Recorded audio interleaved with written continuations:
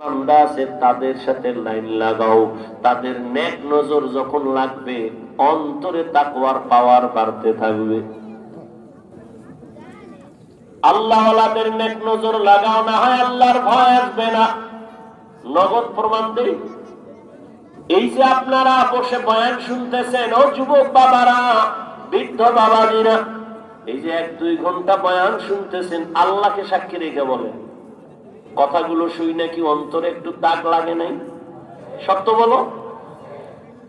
1-2 ঘন্টার বয়ানে যদি তোমার অন্তরে দাগ কাটে, তাহলে তুমি বছরকে বছর যদি আলেমের সামনে থাকো আর পরামর্শ নিয়ে চলো, তোমার দাগ কাটতে কাটতে তুমি এক সময় আল্লাহর ওলি হইয়া জান্নাতের চেহারাটা দেখে কবরে যাইবা।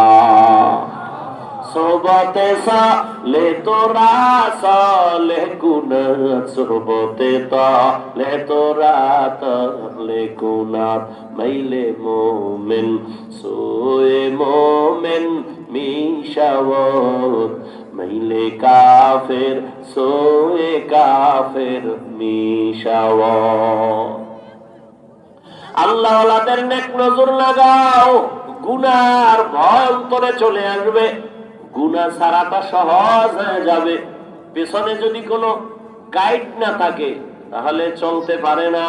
এই আপনাদের এলাকায় কুকুর আছে না? একটা কুকুরের কোনো দাম নাই, কিন্তু যেই কুকুরের গলায় মালিকের শিকল লাগানো, ওই কুকুরের দাম। কারণ ওই কুকুর নিজে স্বাধীন মতো চলতে পারে না, মালিক যেইভাবে চালায় ওইভাবে চলতে হয়। ও আল্লাহর বান্দারা, নদীর মধ্যে মাছ অনেক আছে, দাম নাই। জালের মধ্যে যেই মাছটা আটকা পড়ছে, ওই দাম, মাছের দাম বেড়ে যায়। ও বাবা, জঙ্গলে হাজারো প্রাণী আছে, মূল্য নাই। চিড়িয়াখানার খাঁচায় যেই প্রাণীটা আটকায় গেছে, ওটার মূল্যটা দেখতে টাকা লাগে। ও বাবা, ভালো করে বুঝো, মানুষের তো অভাব নাই, এই মানুষের দাম নাই। যেই মানুষটা কালেমার রশি গলায় লাগাইয়া আল্লাহর এক খাঁটি ওলির পরামর্শ নিয়ে চলবে, দিন দিন তার সম্মান শুধু বাড়তেই থাকবে। গুনাহ ছাড়বে, নেক করবে, মানুষের কাছে তার সম্মান বাড়বে। বলবে ছেলেটা স্কুলে পড়লে কি হবে? 5 ওয়াক্ত নামাজ পড়ে, সালাম ছাড়া কথা কয় না, চোখ তুইলা কথা বলে না, বারবার নরম ভাষায় কথা বলে।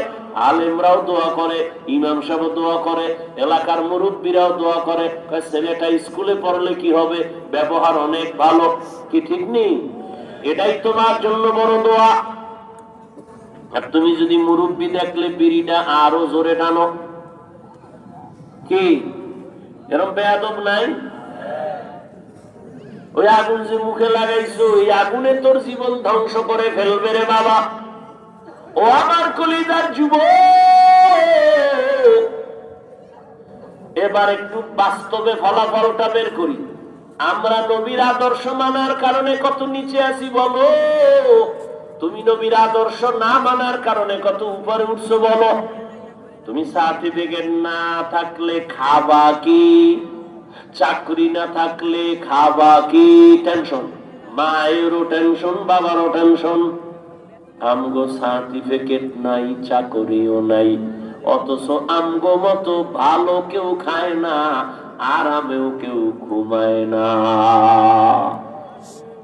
আছে আমগো মতো শান্তিতে কেউ আছে?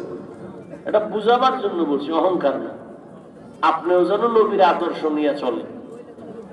ওলামায়ে কেরামের মতো শান্তিতে কেউ আছে বলেন? কেউ নাই। সম্মানেও নাই, ভিন্ন কোন শান্তিতেও নাই। মাইয়া বলা নিয়ে আছে বাবায় কষ্টে, কোন স্বামী আছে বউ নিয়ে কষ্টে, কোন বউ আছে স্বামী নিয়ে একটা না একটা ভেজালে আছে। ওলামায়ে কেরাম নবীর আদর্শ মানার কারণে না সম্মান গেল, না তার আরামের জীবন গেল। নবীর আদর্শ ছাড়া শান্তির কোন পথ নাই। অতএব তওবা করো, আর নামাজ ছাড়বা না, দাড়ি কাটবা না, বেপরদায় চলবা না, মা বাবার সাথে বেয়াদবি করবা না, শিক্ষকের সাথে বেয়াদবি করে বরদোয়া নিবা না, উলামায়ে কেরাম থেকে বরদোয়া নিবা না। আজ থেকেই তওবা করে নিবা। মনেরে বুঝাইয়া আল্লাহকে বলো, মনে মনে, আমারে শুনান লাগবে না, মনে মনে আল্লাহর কাছে বলো, মনে মনে তওবার নিয়তে, হে মালিক, জীবনে তো কম নামাজ সারি নাই, কম বেপরদায় চলি নাই, কম দাড়ি কাটি নাই। ও আল্লাহ, সব শেষে হিসাব মিলায় দেখলাম তুমি যদি রিজিক না দাও কেউ আমারে দেবে না। তুমি তো সম্মানের মালিক, তুমি তো হায়াতের মালিক। আজকে থেকে তওবা করতে চাই, মরিয়া গেলে যাবো আর দাড়ি কাটবো না, নামাজ ছাড়বো না, বেপরদায় চলবো না, মা বাবার সাথে বেয়াদবি করবো না, ওলামায়ে কেরামের দোয়া নিয়া, শিক্ষকের দোয়া পরামর্শ নিয়া নবীর তরিকা মেনে চলবো। অন্তর যদি তৈরি হয়, মুনাফিকি যদি না থাকে, খাঁটি তওবার নিয়ত যাদের আছে, দুটো হাত আমার আল্লাহকে দেখায় দাও। আয় আল্লাহ, হাতগুলো কবুল করে নেন, তওবা কবুল করে নেন, তওবার উপরে মজবুত হইয়া চলার